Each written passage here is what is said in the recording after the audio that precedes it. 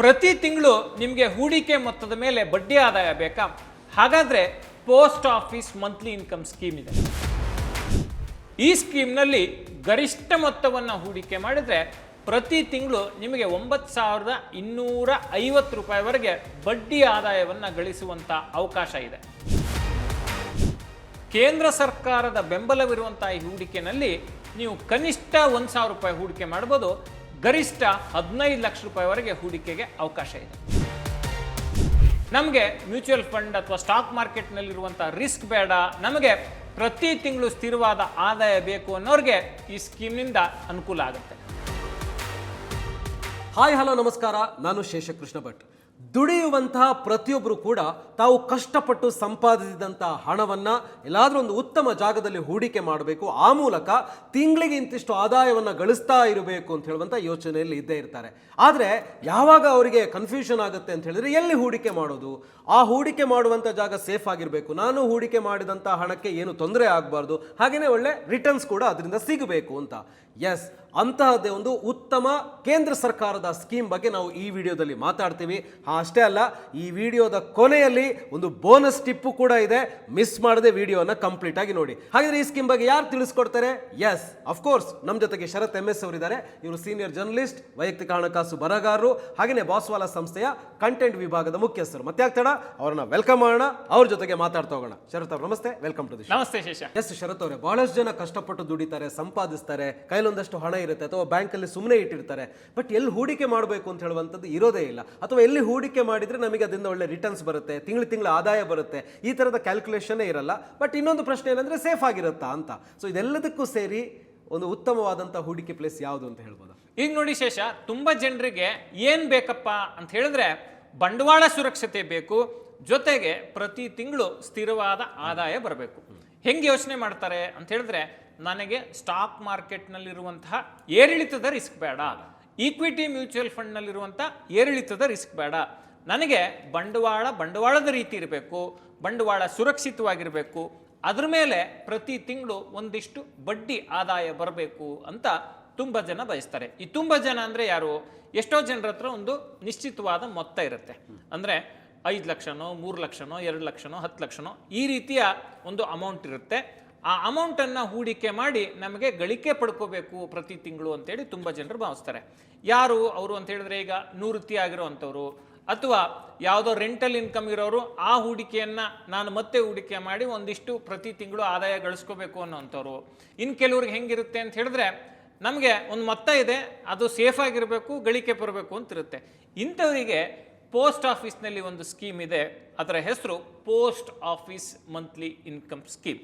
ಈ ಸ್ಕೀಮ್ನ ವಿಶೇಷತೆ ಏನಪ್ಪ ಅಂತ ಹೇಳಿದ್ರೆ, ಇದರಲ್ಲಿ ಹೂಡಿಕೆ ಮಾಡಿದ್ರೆ, ಗರಿಷ್ಠ ಮೊತ್ತವನ್ನು ಹೂಡಿಕೆ ಮಾಡಿದ್ರೆ, ಅಂದರೆ 15 ಲಕ್ಷ ರೂಪಾಯಿಗಳನ್ನು ಹೂಡಿಕೆ ಮಾಡಿದರೆ ಪ್ರಸ್ತುತ ಬಡ್ಡಿ ದರದ ಪ್ರಕಾರ, ಅಂದರೆ ಈಗ ಜನವರಿ 2026ರಿಂದ ಮಾರ್ಚ್ 2026 ಅಂತ್ಯದವರೆಗೆ ಏನು ಬಡ್ಡಿ ದರ 7.4% ಇದೆಯಲ್ಲ, ಇದರಲ್ಲಿ 15 ಲಕ್ಷ ರೂಪಾಯಿಯನ್ನು ಹೂಡಿಕೆ ಮಾಡಿದರೆ ನಿಮಗೆ ಪ್ರತಿ ತಿಂಗಳು 9,250 ರೂಪಾಯಿವರೆಗೆ ಬಡ್ಡಿ ಆದಾಯ ಬರುತ್ತೆ. Coming back to the point, ಏನಪ್ಪ ಅಂತ ಹೇಳಿದ್ರೆ, ಈ ಪೋಸ್ಟ್ ಆಫೀಸ್ ಮಂತ್ಲಿ ಇನ್ಕಮ್ ಸ್ಕೀಮನ್ನು ಕೇಂದ್ರ ಸರ್ಕಾರ 1985ರಲ್ಲಿ ಜಾರಿಗೆ ತಂತು.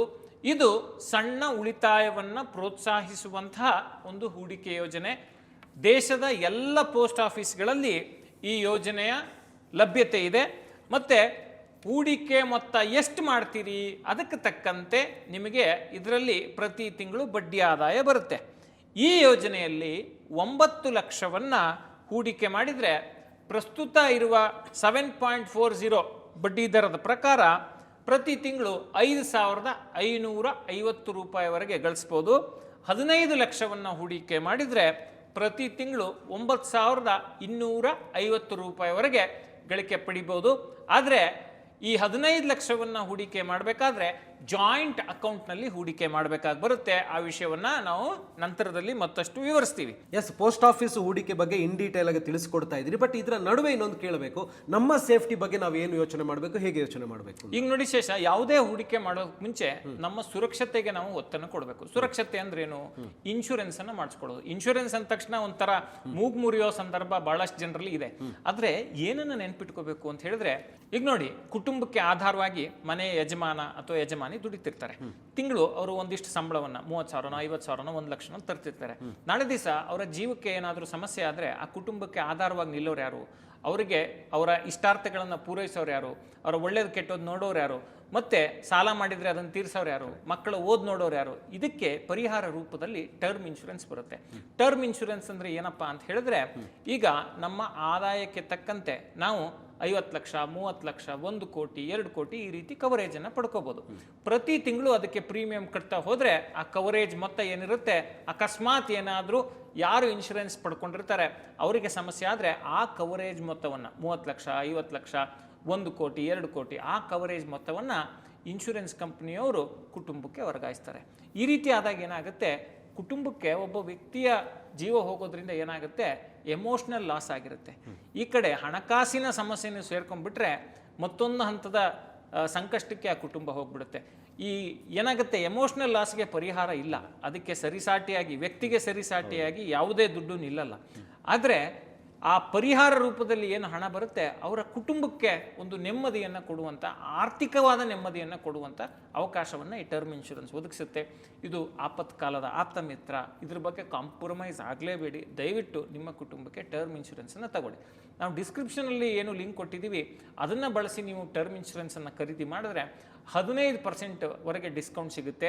ಅಷ್ಟೇ ಅಲ್ಲ, ನೋಡಿ, ತಿಂಗಳಿಗೆ 400ರಿಂದ 500 ರೂಪಾಯಿಂದ ಈ ಟರ್ಮ್ ಇನ್ಶೂರೆನ್ಸ್ ಪ್ರೀಮಿಯಂಗಳು ಸಿಗ್ತವೆ. ಮತ್ತು ನೀವು ಹೆಂಗೆ ಕವರೇಜನ್ನು ಪಡ್ಕೋತೀರಿ ಅದಕ್ಕೆ ತಕ್ಕಂಗೆ ಈ ಪ್ರೀಮಿಯಂ ಕೂಡ, ಮಂತ್ಲಿ ಪ್ರೀಮಿಯಂ ವ್ಯತ್ಯಾಸ ಆಗುತ್ತೆ. ಆದರೆ 1 ಕೋಟಿ 2 ಕೋಟಿ ಹೀಗೆ ದೊಡ್ಡ ಮೊತ್ತದ ಕವರೇಜನ್ನು ಕೂಡ ನೀವು ಟರ್ಮ್ ಇನ್ಶೂರೆನ್ಸ್ನಲ್ಲಿ ಪಡ್ಕೋಬೋದು. ಮತ್ತು 51 ಇನ್ಶೂರೆನ್ಸ್ ಕಂಪನಿಗಳ ಕಂಪೇರ್ ಮಾಡಿ ಬೈ ಮಾಡುವಂಥ ಅವಕಾಶ ಈ ಲಿಂಕನ್ನು ಬಳಸಿ ನೀವು ಖರೀದಿಸಿದ್ರೆ ಇದೆ. ಇಷ್ಟೆಲ್ಲ ಅನುಕೂಲ ಇರುವಾಗ ಟರ್ಮ್ ಇನ್ಶೂರೆನ್ಸ್ ಖರೀದಿಯನ್ನು ವಿಳಂಬ ಮಾಡಬೇಡಿ. ನಿಮ್ಮ ಕುಟುಂಬಕ್ಕೆ, ನಿಮ್ಮ ಕುಟುಂಬದ ಸುರಕ್ಷತೆಗೆ, ನಿಮ್ಮ ನೆಮ್ಮದಿಗೆ ಟರ್ಮ್ ಇನ್ಶೂರೆನ್ಸ್ ಅಗತ್ಯ ಅಷ್ಟೇ ಅಲ್ಲ, ಅನಿವಾರ್ಯ ಕೂಡ ಹೌದು. ಎಸ್, ಇದು ಒಂದು. ಇನ್ನೊಂದಷ್ಟು ಜನ ಹೇಳ್ತಾರೆ ಹೆಲ್ತ್ ಇನ್ಶೂರೆನ್ಸ್ ಮಾಡಿಸ್ಬೇಕಾ, ಹೆಲ್ತ್ ಇನ್ಶೂರೆನ್ಸ್ ಇಂಪಾರ್ಟೆಂಟಾ ಅಂತ ಹೇಳಿ ಏನು ಹೇಳ್ತೀರಿ? ಈಗ ನೋಡಿ, 2 ರೀತಿಯಲ್ಲಿ ನಾವು ಯೋಚನೆ ಮಾಡಬೇಕು ಶೇಷ. ಒಂದು, ನಮಗೆ ಅನಾರೋಗ್ಯ ಆದಾಗ ನಾವು ದುಡ್ಡನ್ನೆಲ್ಲ ತಗೊಂಡೋಗಿ ಆಸ್ಪತ್ರೆಗೆ ಕಟ್ಟೋದು, ಇದು ಒಂದು ಚಾಯ್ಸು. ಇಲ್ಲ, ನಾನು ದುಡ್ಡನ್ನು ತಗೊಂಡೋಗಿ ಆಸ್ಪತ್ರೆಗೆ ಕಟ್ಟೋದಿಲ್ಲ, ನಾನು ದುಡ್ಡಲ್ಲಿ ಸ್ವಲ್ಪ ಹಣನ ಇನ್ಶೂರೆನ್ಸ್ ಪ್ರೀಮಿಯಂ ಕಟ್ತೀನಿ, ಏನಾದರೂ ಸಮಸ್ಯೆ ಆದಾಗ ನನಗೆ ಇನ್ಶೂರೆನ್ಸ್ ಕವರೇಜ್ ಸಿಗುತ್ತೆ ಅನ್ನುವಂಥದ್ದು. ಈ 2ರೊಳಗೆ ಯಾವುದು ಬೆಸ್ಟು ಅಂತ ಹೇಳಿದ್ರೆ, ದುಡ್ಡಲ್ಲಿ ಸ್ವಲ್ಪ ಹಣವನ್ನು ಹೆಲ್ತ್ ಇನ್ಶೂರೆನ್ಸ್ ಪ್ರೀಮಿಯಂಗೆ ಕಟ್ಟೋದು ತುಂಬ ಮುಖ್ಯ. ಯಾಕೆ ಅಂತ ಹೇಳಿದ್ರೆ, ಈಗ ನೋಡಿ, ಒಂದು ವರ್ಷ ಇಡೀ ನಾವು ಒಂದು ಸ್ವಲ್ಪ ಉಳಿಸಿ ನಾವು ಒಂದಿಷ್ಟು ಹೂಡಿಕೆ ಅಂತ ಮಾಡಿರ್ತೀವಿ. ಏನೋ ಒಬ್ರಿಗೆ ಅನಾರೋಗ್ಯ ಆದರೆ ಮನೆಯಲ್ಲಿ ಆ ಎಲ್ಲ ದುಡ್ಡನ್ನು ಬಿಡಿಸ್ಕೊಬಂದು ಆಸ್ಪತ್ರೆಗೆ ಸುರಿತೀವಿ. ಇದು ಬೆಟ್ರಾ ಅಥವಾ ಅದು ಬೆಟ್ರಾ ಅಂತ ಹೇಳಿದ್ರೆ, ಒಂದು ಸ್ವಲ್ಪ ಪ್ರೀಮಿಯಮಿಗೆ ಕಟ್ಬಿಟ್ರೆ ಸಮಸ್ಯೆ ಬಂದಾಗ ಆ ಇನ್ಶೂರೆನ್ಸ್ ಕವರೇಜು ಆರೋಗ್ಯ ಸಮಸ್ಯೆಯನ್ನು ನೋಡ್ಕೊಳ್ಳುತ್ತೆ. ಈಗ ನೋಡಿ, ಹೆಲ್ತ್ ಇನ್ಶೂರೆನ್ಸ್ ಕೂಡ ತಿಂಗಳಿಗೆ 400ರಿಂದ 500 ರೂಪಾಯಿ ಪ್ರೀಮಿಯಮಿಂದ ಶುರುವಾಗುತ್ತೆ. ನಮ್ಮ ಕವರೇಜ್ ಹೇಗೆ ಬೇಕು ಅನ್ನೋದರ ಆಧಾರದ ಮೇಲೆ ಪ್ರೀಮಿಯಂನ ಮೊತ್ತ ವ್ಯತ್ಯಾಸ ಆಗುತ್ತೆ. 51 ವಿವಿಧ ಇನ್ಶೂರೆನ್ಸ್ ಕಂಪನಿಗಳ ಕಂಪೇರ್ ಮಾಡಿ ಬೈ ಮಾಡುವಂಥ ಅವಕಾಶ ನಿಮಗೆ ಸಿಗುತ್ತೆ. ಅಷ್ಟೇ ಅಲ್ಲ, 25% ವರೆಗೆ ಡಿಸ್ಕೌಂಟ್ ಕೂಡ ಸಿಗುತ್ತೆ. ಆದರೆ 1 ಕೋಟಿ 2 ಕೋಟಿ ಹೀಗೆ ದೊಡ್ಡ ಮೊತ್ತದ ಕವರೇಜನ್ನು ಕೂಡ ನೀವು ಪಡ್ಕೋಬಹುದು. ಅಷ್ಟೇ ಅಲ್ಲ, ನಿಮಗೆ ನಿಮ್ಮ ಅನುಮಾನಗಳನ್ನು ಪರಿಹಾರ ಮಾಡಲಿಕ್ಕೆ ಡೆಡಿಕೇಟೆಡ್ ರಿಲೇಶನ್ಶಿಪ್ ಮ್ಯಾನೇಜರ್ ಕೂಡ ಸಿಗ್ತಾರೆ. ಮತ್ತೆ ಸಂಕಷ್ಟ ಕಾಲದಲ್ಲಿ ನಿಮಗೆ ಬರೀ 30 ನಿಮಿಷದಲ್ಲಿ ಇನಿಷಿಯಲ್ ಕ್ಲೇಮ್ ಸಪೋರ್ಟ್ ಸಿಗುತ್ತೆ. ಈ ಲಿಂಕನ್ನು ಬಳಸಿ ನೀವು ಹೆಲ್ತ್ ಇನ್ಶೂರೆನ್ಸನ್ನು ಖರೀದಿ ಮಾಡಿ, ಜೊತೆಗೆ ಟರ್ಮ್ ಇನ್ಶೂರೆನ್ಸನ್ನು ಖರೀದಿ ಮಾಡಿ. ಇವೆರಡೂ ಕೂಡ ತುಂಬ ಮುಖ್ಯವಾದ ಸುರಕ್ಷತಾ ಕ್ರಮಗಳು ಪ್ರತಿಯೊಬ್ಬರ ಜೀವನಕ್ಕೆ. ಎಸ್, ತುಂಬ ಅದ್ಭುತವಾಗಿ ತಿಳಿಸ್ಕೊಟ್ರಿ. ಹೆಲ್ತ್ ಇನ್ಶೂರೆನ್ಸ್ ಮತ್ತು ಟರ್ಮ್ ಇನ್ಶೂರೆನ್ಸ್ ಎಷ್ಟು ಇಂಪಾರ್ಟೆಂಟ್ ಪ್ರತಿಯೊಬ್ಬರಿಗೂ ಅಂತ ಹೇಳುವಂಥದ್ದನ್ನು ಹೇಳಿದ್ರಿ. ಸೊ ಇನ್ನು ಮತ್ತೆ ಈ ಪೋಸ್ಟ್ ಆಫೀಸ್ ಸ್ಕೀಮ್ ಬಗ್ಗೆ ಮಾತನಾಡೋದಿದ್ರೆ, ಈಗ ನೀವು ಹೇಳಿದ್ರಿ 9 ಲಕ್ಷ ಹೂಡಿಕೆ ಮಾಡೋರಿಗೆ ಅಷ್ಟು ಸಿಗುತ್ತೆ, 15 ಲಕ್ಷ ಹೂಡಿಕೆ ಮಾಡೋರಿಗೆ ಅಷ್ಟು ಸಿಗುತ್ತೆ ಅಂಥೇಳಿ. ಈಗ ಕಡಿಮೆ ಹೂಡಿಕೆ ಮಾಡ್ತೀವಿ, ನಮಗೆ ಎಷ್ಟು ಸಿಗುತ್ತೆ ಅನ್ನೋದು ತುಂಬ ಜನರ ಪ್ರಶ್ನೆ ಇರುತ್ತೆ. ಸ್ಕ್ರೀನ್ ಮೇಲೆ ಟೇಬಲ್ ನೋಡ್ಬೋದು. ಪೋಸ್ಟ್ ಆಫೀಸ್ ಮಂತ್ಲಿ ಇನ್ಕಮ್ ಸ್ಕೀಮ್ನಲ್ಲಿ ಹೂಡಿಕೆ ಮೊತ್ತಕ್ಕೆ ಅನುಗುಣವಾಗಿ ಪ್ರತಿ ತಿಂಗಳು ಸಿಗುವ ಬಡ್ಡಿ ಮೊತ್ತ ಎಷ್ಟು ಅಂತ ಹೇಳಿದ್ರೆ ನೀವು 1 ಲಕ್ಷ ರೂಪಾಯಿ ಹೂಡಿಕೆ ಮಾಡಿದ್ರೆ 617 ರೂಪಾಯಿ ಸಿಗುತ್ತೆ. 3 ಲಕ್ಷ ರೂಪಾಯಿ ಹೂಡಿಕೆ ಮಾಡಿದ್ರೆ ಪ್ರತಿ ತಿಂಗಳು 1850 ರೂಪಾಯಿ ಸಿಗುತ್ತೆ. 5 ಲಕ್ಷ ರೂಪಾಯಿಯನ್ನು ಹೂಡಿಕೆ ಮಾಡಿದ್ರೆ 3083 ರೂಪಾಯಿ ಸಿಗುತ್ತೆ. 9 ಲಕ್ಷ ರೂಪಾಯಿ ಹೂಡಿಕೆ ಮಾಡಿದ್ರೆ 5550 ರೂಪಾಯಿ ಸಿಗುತ್ತೆ. 10 ಲಕ್ಷ ರೂಪಾಯಿಯನ್ನು ಹೂಡಿಕೆ ಮಾಡಿದ್ರೆ 6167 ರೂಪಾಯಿ ಸಿಗುತ್ತೆ. 15 ಲಕ್ಷವನ್ನು ಹೂಡಿಕೆ ಮಾಡಿದ್ರೆ 9250 ರೂಪಾಯಿ ಸಿಗುತ್ತೆ. ಗಮನಿಸಿ, ಪ್ರಸ್ತುತ ಜನವರಿ ಮಾರ್ಚ್ 2026 ಬಡ್ಡಿ ದರ ಅಂದರೆ 7.40% ಅನ್ವಯ ಮೇಲಿನ ಲೆಕ್ಕಾಚಾರವನ್ನು ಮಾಡಲಾಗಿದೆ. ಪ್ರತಿ 3 ತಿಂಗಳಿಗೊಮ್ಮೆ ಬಡ್ಡಿ ದರದಲ್ಲಿ ಬದಲಾವಣೆಯನ್ನು ಸರ್ಕಾರ ಮಾಡ್ತಾ ಇರುತ್ತೆ. ಅದು ಬದಲಾಗ್ಬೋದು, ಬದಲಾಗದೇನೂ ಇರ್ಬೋದು. ಇದು ನಿಮ್ಮ ಗಮನದಲ್ಲಿ ಇರಲಿ. ಅಂದ್ರೆ ಈ ಬದಲಾದ್ರೆ ಇಲ್ಲಿ ಬಡ್ಡಿ ದರ ಕೂಡ ಚೇಂಜ್ ಆಗುತ್ತೆ. ಬಡ್ಡಿ ದರ ಕೂಡ ಚೇಂಜ್ ಆಗುತ್ತೆ. ನಿಮಗೆ ಎಷ್ಟು ಗಳಿಕೆ ಸಿಗುತ್ತೆ ತಿಂಗಳಿಗೆ ಅನ್ನೋದು ಕೂಡ ಚೇಂಜ್ ಆಗುತ್ತೆ. ಅದು ಬಡ್ಡಿ ದರ ಜಾಸ್ತಿ ಆದರೆ ಜಾಸ್ತಿ ಆಗ್ಬೋದು, ಬಡ್ಡಿ ದರ ಕಡಿಮೆ ಆದರೆ ಕಡಿಮೆ ಆಗ್ಬೋದು. ಇದನ್ನ ಹೂಡಿಕೆದಾರರು ಗಮನದಲ್ಲಿ ಇಟ್ಕೋಬೇಕು. ಮತ್ತೆ ಈ ಯೋಜನೆಯ ಮುಖ್ಯ ಅಂಶಗಳೇನು ಅಂತ ಹೇಳಿದ್ರೆ, ಪ್ರಸ್ತುತ ಬಡ್ಡಿ ದರ ನಮಗಾಗಲೇ ಹೇಳಿದ್ದೀವಿ 7.40% ಇದೆ. 3 ತಿಂಗಳಿಗೊಮ್ಮೆ ಹಣಕಾಸು ಸಚಿವಾಲಯ ಬಡ್ಡಿ ದರವನ್ನು ಪರಿಷ್ಕರಣೆ ಮಾಡುತ್ತೆ. ಈ ಸ್ಕೀಮ್ನಲ್ಲಿ ಹೂಡಿಕೆ ಮೊತ್ತಕ್ಕೆ ಅನುಗುಣವಾಗಿ ಬಡ್ಡಿ ಆದಾಯ ಸಿಗುತ್ತೆ. 5 ವರ್ಷಗಳ ಅವಧಿಯ ಈ ಹೂಡಿಕೆ ಯೋಜನೆಯಲ್ಲಿ 5 ವರ್ಷಗಳ ನಂತರ ಮೆಚುರಿಟಿ ಅವಧಿಯಲ್ಲಿ ಹೂಡಿಕೆ ಮೊತ್ತ ನಿಮಗೆ ಕಂಪ್ಲೀಟ್ಲಿ ವಾಪಸ್ ಸಿಗುತ್ತೆ. ಅಂಚೆ ಕಚೇರಿ ಮಾಸಿಕ ಆದಾಯ ಯೋಜನೆಯಲ್ಲಿ ಕನಿಷ್ಠ ಹೂಡಿಕೆ 1,000 ರೂಪಾಯಿ, ಗರಿಷ್ಠ ಮೊತ್ತ ಹೂಡಿಕೆ ಒಬ್ಬರೇ ಹೂಡಿಕೆ ಮಾಡಿದ್ರೆ 9 ಲಕ್ಷ ರೂಪಾಯಿ, ಜಂಟಿಯಾಗಿ ಹೂಡಿಕೆ ಮಾಡಿದ್ರೆ 15 ಲಕ್ಷ ರೂಪಾಯಿವರೆಗೆ ಹೂಡಿಕೆ ಮಾಡ್ಬೋದು. ಮತ್ತೆ ಈ ಹೂಡಿಕೆಯನ್ನು 5 ವರ್ಷಕ್ಕಿಂತ ಹೆಚ್ಚಿನ ಅವಧಿಗೆ ವಿಸ್ತರಣೆ ಮಾಡಲಿಕ್ಕೆ ಸಾಧ್ಯ ಆಗೋದಿಲ್ಲ. ಎಸ್, ಈ ಯೋಜನೆ ಬಗ್ಗೆ ಇನ್ ಡೀಟೇಲ್ ಆಗಿ ತಿಳಿಸ್ಕೊಡ್ತಾ ಇದ್ದೀರಿ. ಬಟ್ ಈಗ ಬರುವಂತ ಪ್ರಶ್ನೆ ಏನು ಅಂತ ಹೇಳಿದ್ರೆ, ಇದರಲ್ಲಿ ಯಾರು ಹೂಡಿಕೆ ಮಾಡಬಹುದು? ಇದರಲ್ಲಿ ಭಾರತೀಯ ಪ್ರಜೆಗಳು ಅಂದ್ರೆ ಇಂಡಿಯನ್ ಸಿಟಿಸನ್ಸ್ ಹೂಡಿಕೆ ಮಾಡಬಹುದು.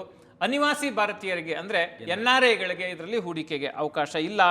ಒಂದು ಖಾತೆಯನ್ನ ಇಲ್ಲಿ ಒಬ್ಬರೇ ಆರಂಭಿಸಬಹುದು ಅಥವಾ 3 ಸೇರಿ ಜಂಟಿಯಾಗಿ ಶುರು ಮಾಡ್ಬೋದು. ಅಂದರೆ ಒಬ್ಬರೇ ಶುರು ಮಾಡ್ಬೋದು ಅಥವಾ 3 ಸೇರಿ ಜಂಟಿಯಾಗಿ ಶುರು ಮಾಡ್ಬೋದು. ಮಕ್ಕಳ ಹೆಸರಿನಲ್ಲಿ ಪೋಸ್ಟ್ ಆಫೀಸ್ ಮಂತ್ಲಿ ಇನ್ಕಮ್ ಖಾತೆ ಆರಂಭಿಸಿ ತಂದೆ ತಾಯಿ ಅಥವಾ ಪಾಲಕರು ಅದನ್ನು ಮ್ಯಾನೇಜ್ ಮಾಡ್ಬೋದು. ಹೌದು, ಹಾಗಿದ್ರೆ ಇದರಲ್ಲಿ ಬಡ್ಡಿ ಪಾವತಿ ಹೆಂಗೆ ಅಂತ ನೋಡಿ ಶೇಷ, ಇದು ಪ್ರತಿ ತಿಂಗಳು ಬಡ್ಡಿ ಆದಾಯವನ್ನು ಕೊಡುವಂಥ ಒಂದು ಹೂಡಿಕೆ ಯೋಜನೆ.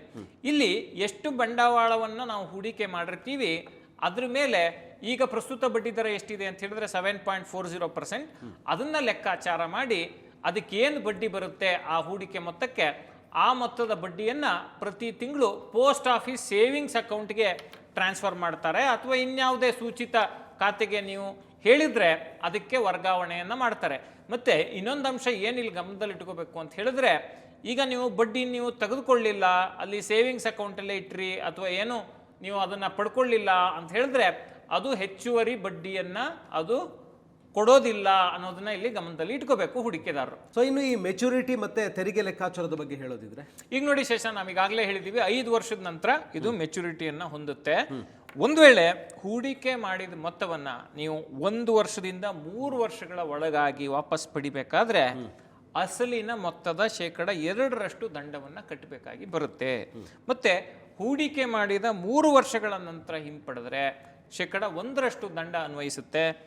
ಈ ಸ್ಕೀಮ್ನ ಹೂಡಿಕೆದಾರರು ಆದಾಯ ತೆರಿಗೆಯ ಸ್ಲ್ಯಾಬ್ಗೆ ಅನುಗುಣವಾಗಿ ತೆರಿಗೆಯನ್ನು ಕಟ್ಟಬೇಕಾಗುತ್ತೆ. ಇಲ್ಲಿ ಯಾವುದೇ ಟ್ಯಾಕ್ಸ್ ಬೆನಿಫಿಟ್ಸು ಸಿಗೋದಿಲ್ಲ. ಸಾಮಾನ್ಯ ನಾಗರಿಕರು 40,000ಕ್ಕಿಂತ ಹೆಚ್ಚಿನ ಮೊತ್ತವನ್ನು ವಾರ್ಷಿಕ ಬಡ್ಡಿಯಾಗಿ ಈ ಯೋಜನೆಯಲ್ಲಿ ಪಡೆದ್ರೆ TDS ಅನ್ವಯ ಆಗುತ್ತೆ. ಅಂದರೆ ಮೂಲದಲ್ಲೇ ತೆರಿಗೆಯನ್ನು ಕಡಿತ ಮಾಡ್ತಾರೆ. ನೋಡಿ, ಇನ್ನು ಈ ಮಿತಿ ಹಿರಿಯ ನಾಗರಿಕರಿಗೆ 50,000ದವರೆಗೆ ಇದೆ. ನಾವೀಗಾಗಲೇ ಹೇಳ್ದಂಗೆ section 80C tax benefits post office monthly income ಸ್ಕೀಮ್ಗೆ ಸಿಗೋದಿಲ್ಲ. ಸೊ ಹಾಗಿದ್ರೆ ಹೇಗೆ ಇದರಲ್ಲಿ ಅಕೌಂಟ್ ಓಪನ್ ಮಾಡಿ ಹೂಡಿಕೆಯನ್ನು ಆರಂಭಿಸೋದು? ಈಗ ನೋಡಿ, ಈ ಸ್ಕೀಮು ಪೋಸ್ಟ್ ಆಫೀಸ್ಗಳಲ್ಲಿ ಮಾತ್ರ ಲಭ್ಯ ಇದೆ. ಈಗ ಕೆಲವು ಸ್ಕೀಮ್ಗಳು ಪೋಸ್ಟ್ ಆಫೀಸ್ ಸ್ಕೀಮ್ಗಳು ಬ್ಯಾಂಕಲ್ಲೂ ಸಿಗ್ತವೆ. ಆದರೆ ಈ post office monthly income scheme post ಆಫೀಸ್ನಲ್ಲಿ ಮಾತ್ರ ಸಿಗುತ್ತೆ. ಯಾವುದೇ ಅಂಚೆ ಕಚೇರಿಯಲ್ಲಿ ನೀವು ಈ ಖಾತೆಯನ್ನು ಆರಂಭಿಸ್ಬೋದು. ಸ್ಕೀಮ್ನ ಅರ್ಜಿಯನ್ನು ಭರ್ತಿ ಮಾಡಬೇಕು. ಆಧಾರು, ಪ್ಯಾನು, ಬೇರೆ KYC ದಾಖಲೆಗಳನ್ನು ಕೊಡೋದ್ರ ಜೊತೆಗೆ ಪಾಸ್ಪೋರ್ಟ್ ಫೋಟೋ, ನಿಗದಿತ ಮೊತ್ತ ಅದನ್ನು ನಗದು ಅಥವಾ ಚೆಕ್ ರೂಪದಲ್ಲಿ ಅಥವಾ DD ರೂಪದಲ್ಲಿ ನೀಡಿದ್ರೆ ನಿಮ್ಮ ಅಕೌಂಟ್ ಆ್ಯಕ್ಟಿವೇಟನ್ನು ಪೋಸ್ಟ್ ಆಫೀಸ್ನಲ್ಲಿ ಮಾಡಿಕೊಡ್ತಾರೆ. ಈ ಖಾತೆಗಳನ್ನು ಒಂದು ಅಂಚೆ ಕಚೇರಿಯಿಂದ ಮತ್ತೊಂದು ಅಂಚೆ ಕಚೇರಿಗೆ ವರ್ಗಾಯಿಸಿಕೊಳ್ಳೋಕೆ ಸಾಧ್ಯ ಇದೆ, ಅಂದರೆ ಟ್ರಾನ್ಸ್ಫರ್ ಮಾಡ್ಕೋಬೋದು. ಹೂಡಿಕೆಯ ಸಂದರ್ಭದಲ್ಲಿ ನೀವು ನಾಮಿನಿಯನ್ನು ಕೂಡ ಮಾಡ್ಬೋದು. ಸೊ ಇದರಲ್ಲಿ ಇನ್ನೊಂದು ಏನಪ್ಪ ನಾವು ಗಮನಿಸಬೇಕು ಅಂತ ಹೇಳಿದ್ರೆ, ಇದು ಸರ್ಕಾರದ ಬೆಂಬಲವಿರುವ ಯೋಜನೆ, ಸೆಂಟ್ರಲ್ ಗವರ್ನಮೆಂಟ್ನ ಬೆಂಬಲವಿರುವ ಯೋಜನೆ. ಈ ಪೋಸ್ಟ್ ಆಫೀಸ್ ಸ್ಕೀಮ್ಗಳೇನಿದೆ ಇದೆಲ್ಲದಕ್ಕೂ ಕೂಡ ಕೇಂದ್ರ ಹಣಕಾಸು ಸಚಿವಾಲಯ ಅದನ್ನು ಮುನ್ನಡೆಸುತ್ತೆ. ಹಾಗಾಗಿ ಇಲ್ಲಿ ಹೆಚ್ಚು ನಮಗೆ ಹಿಂಗಾಗ್ಬಿಡುತ್ತೆ ಹಾಗಾಗ್ಬಿಡುತ್ತೆ ಅಂತ ಆತಂಕ ಪಟ್ಟುಕೊಂಡು ಇರುವಂಥ ಅಗತ್ಯ ಇಲ್ಲ. ಹೂಡಿಕೆಗಳ ಬಗ್ಗೆ ಆತಂಕ ಪಡುವ ಅಗತ್ಯ ಇಲ್ಲ, ಯಾಕೆಂದರೆ ಇದು ಸರ್ಕಾರದ ಬೆಂಬಲಿತ ಸಣ್ಣ ಉಳಿತಾಯ ಯೋಜನೆ.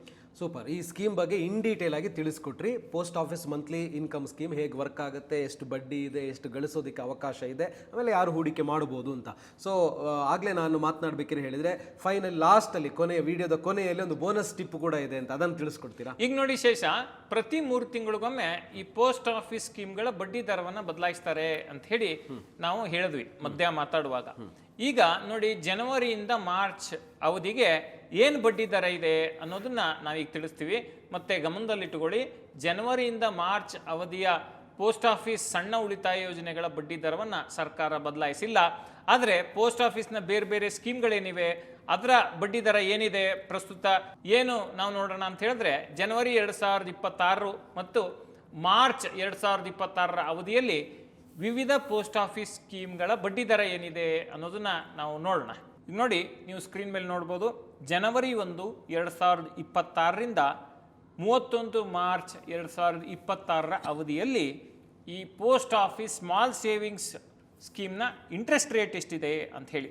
ಸುಕನ್ಯಾ ಸಮೃದ್ಧಿ ಯೋಜನೆಯ interest rate 8.2%, senior citizen savings ಸ್ಕೀಮ್ನ interest rate 8.2%, national saving certificate ರಾಷ್ಟ್ರೀಯ ಉಳಿತಾಯ ಪತ್ರದ ಸ್ಕೀಮ್ನ ಇಂಟ್ರೆಸ್ಟ್ ರೇಟು 7.7%, ಕಿಸಾನ್ ವಿಕಾಸ್ ಪತ್ರದ ಇಂಟ್ರೆಸ್ಟ್ ರೇಟು 7.5%, ಮಂತ್ಲಿ ಇನ್ಕಮ್ ಸ್ಕೀಮ್ನ ಇಂಟ್ರೆಸ್ಟ್ ರೇಟು, ಅಂದರೆ ನಾವು ಈ ಯೋಜನೆ ಬಗ್ಗೆ ಮಾತಾಡಿದ್ದೀವಿ, ಅದರ ಇಂಟ್ರೆಸ್ಟ್ ರೇಟು 7.4%, ಪಬ್ಲಿಕ್ ಪ್ರಾವಿಡೆಂಟ್ ಫಂಡ್ನ ಇಂಟ್ರೆಸ್ಟ್ ರೇಟು 7.1%, ಆರ್ ಡಿ ಅಂದರೆ ರೆಕರಿಂಗ್ ಡೆಪಾಸಿಟ್ ಪೋಸ್ಟ್ ಆಫೀಸ್ನಲ್ಲಿ ಮಾಡಿದರೆ 6.7%, savings bank interest rate 4%. 1 year time deposit ಅಂದರೆ ಪೋಸ್ಟ್ ಆಫೀಸ್ FD ಅಂತ ಹೇಳ್ತೀವಲ್ಲ, 1 ಇಯರ್ ಟೈಮ್ ಡೆಪಾಸಿಟ್ದು 6.9%, 2 ವರ್ಷದ FD ಮಾಡಿದರೆ 7%, 3 ವರ್ಷ FD ಮಾಡಿದರೆ 7.1%, 5 ವರ್ಷ FD ಮಾಡಿದರೆ 7.5%.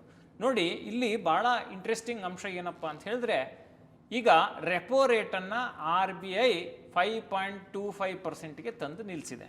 ಇದರ ಪರಿಣಾಮ ಏನಾಗಿದೆ, ಮುಖ್ಯವಾಹಿನಿಯ ಬ್ಯಾಂಕ್ಗಳಲ್ಲಿ, ಸರ್ಕಾರಿ ಸ್ವಾಮ್ಯದ ಬ್ಯಾಂಕ್ಗಳಲ್ಲಿ, ಪ್ರೈವೇಟ್ ಬ್ಯಾಂಕ್ಗಳಲ್ಲಿ ಈ FD ಮೇಲಿನ ಬಡ್ಡಿ ದರ ಕಡಿಮೆ ಆಗಿದೆ. ಆದರೆ ಇಲ್ಲಿ ಏನು ಗಮನಿಸ್ಕೋಬೇಕಪ್ಪ ಅಂತ ಹೇಳಿದ್ರೆ, ಪೋಸ್ಟ್ ಆಫೀಸ್ನಲ್ಲಿ ಸಣ್ಣ ಉಳಿತಾಯ ಯೋಜನೆಗಳ ಬಡ್ಡಿ ದರ ಕಡಿಮೆ ಆಗಿಲ್ಲ. ಈಗ ಹೋಗಿ ಹೂಡಿಕೆ ಮಾಡಿದರೂ ಕೂಡ ನಿಮಗೆ ಒಂದು ಹಂತದ ಗಳಿಕೆ ಸಿಗುವಂಥ ಹೂಡಿಕೆ ಆಯ್ಕೆಗಳು ಪೋಸ್ಟ್ ಆಫೀಸ್ನಲ್ಲಿ ಸಿಗ್ತವೆ.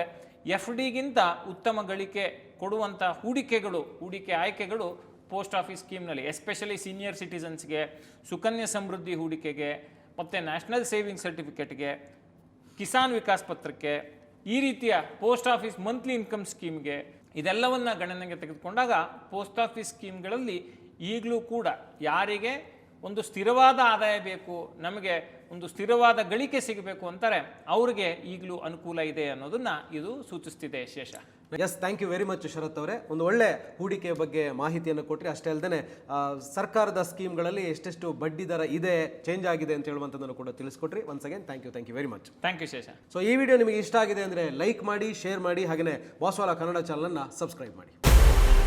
ಬಾಸ್ವಾಲಾ, ಬಿ ದ ಬಾಸ್.